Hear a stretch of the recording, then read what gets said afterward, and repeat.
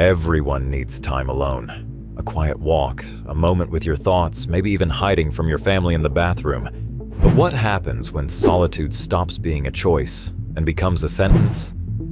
When you're locked away, day after day, with no voices, no tasks, no escape.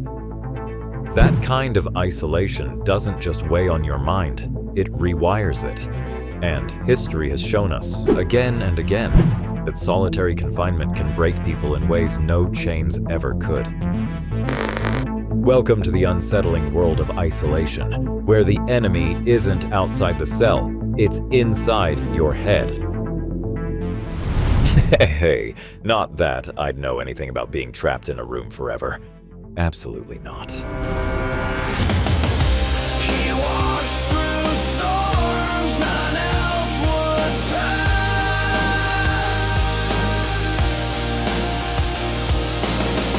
Still standing strong as Mr. Mask. The curtain rises, and the mask speaks. Welcome to another presentation of With Mr. Mask right here on the Dark Pen channel. Well, I'm Mr. Mask, and let's begin.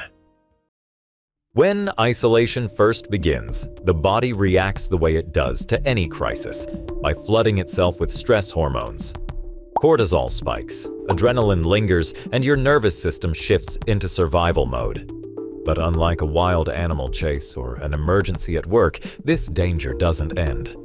The days stretch on, and what was once temporary stress becomes a chronic storm inside the body. Social interaction is more than small talk. It's what psychologists call social reality testing. That's the process of comparing your own perceptions against those of others to check if your thinking makes sense.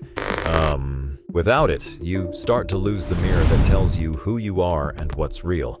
And as that mirror shatters, obsessions grow sharper, impulses take control, and darker thoughts creep in.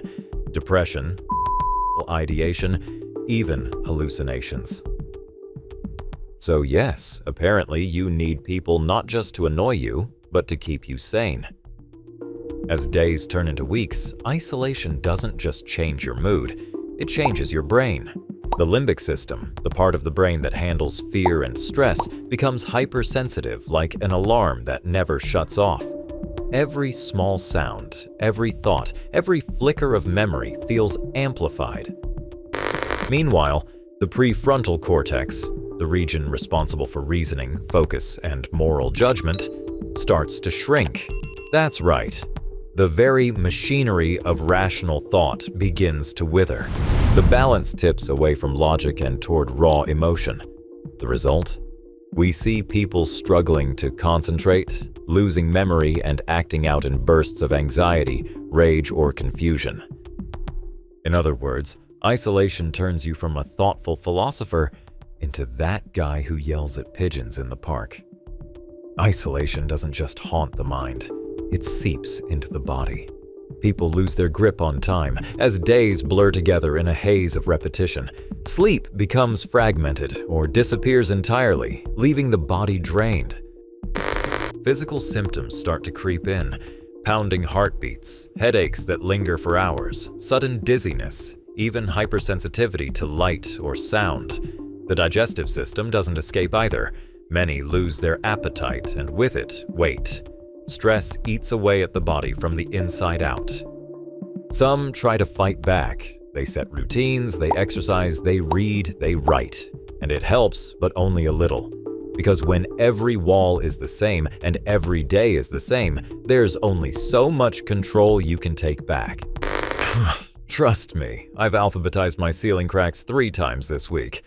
Highly unfulfilling hobby. You know, for me, this isn't just theory. I've lived in a room with no exit for longer than I care to admit. At first, you count the days, maybe even the hours, but eventually, time stops cooperating. Mornings bleed into nights, and nights dissolve into something nameless. You start talking to yourself, not because you want to, but because silence begins to feel louder than any scream. Your thoughts loop, repeat, echo, until you can't tell if they're yours or if the room whispered them back to you. Oh, of course, the upside is no annoying neighbors. The downside? Well, you become your own neighbor, and, the strangest part? You begin to wonder if your identity is real at all, or if the four walls around you are slowly rewriting it. Solitary confinement wasn't always meant to be cruel. In fact, in the late 1700s, Quaker groups in the United States believed it could encourage reflection and penitence. They thought silence and solitude would give prisoners the chance to repent, which is why prisons themselves came to be called penitentiaries. But it didn't take long for critics to sound the alarm. Even Charles Dickens, after visiting American prisons, condemned solitary confinement as, quote, worse than any torture of the body.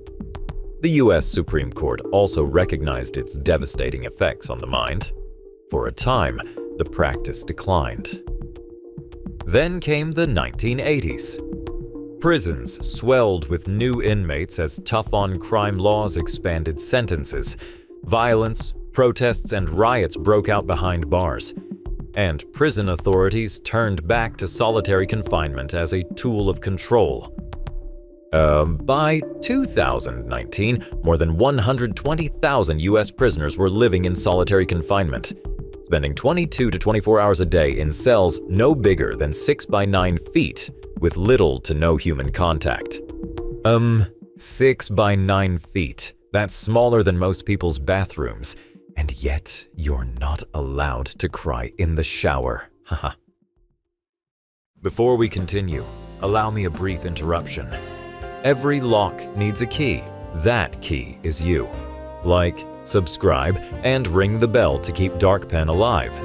With each click, the silence cracks, and I move one step closer to freedom. Now let's continue. Solitary confinement is harmful to anyone, but for many, the damage is magnified. A large number of those placed in isolation already live with mental health disorders, and solitary only sharpens their suffering. Even after release, the scars remain. People who've endured solitary confinement are 3 times more likely to show symptoms of post-traumatic stress disorder. They report shifts in personality, crippling anxiety, paranoia in ordinary situations, and difficulty focusing or reconnecting with others. Some states have introduced limits, restricting solitary for children, pregnant women, or the severely mentally ill. Others set caps of 15 or 20 days, but enforcement is inconsistent, and prison authorities often find loopholes to keep the practice alive. What's clear is this: solitary confinement does not rehabilitate. It leaves prisoners fractured, and society receives them back that way. It is a method of control that sacrifices human stability for the illusion of order. So, yes, technically you leave solitary with fewer friends and more paranoia. Quite the trade-off. While solitary confinement remains common in the United States, other countries have chosen a different path. Take Norway, for example. It imprisons far fewer people per capita and spends nearly 5 times more per prisoner on education, rehabilitation programs, and work release opportunities. Results speak for themselves. Norway has one of the lowest recidivism rates in the world. Far fewer people return to prison after release because the system is built not on breaking prisoners down, but on building them back up. Norway, huh? Education, wood furniture, humane treatment. I'd give anything for that. Instead, I got 4 walls, a locked door, and wallpaper that mocks me. Yes, Norway sounds delightful. Solitary confinement may look like a simple punishment. A room, a door, silence. But silence can scream louder than chains. It eats at the mind, twists the body, and leaves scars that last long after the cell door opens. So, when we lock people away in silence, we don't just punish them. We punish ourselves as a society, because a fractured mind doesn't disappear when released. It returns to us, carrying the echo of the cell. Anyway, Thank you for listening to a man in a mask talk about loneliness. At least, this way, we suffer together. Walls don't just keep you in, they slowly take pieces of you away. The curtain falls, the mask remains. Until next time, farewell. Mr.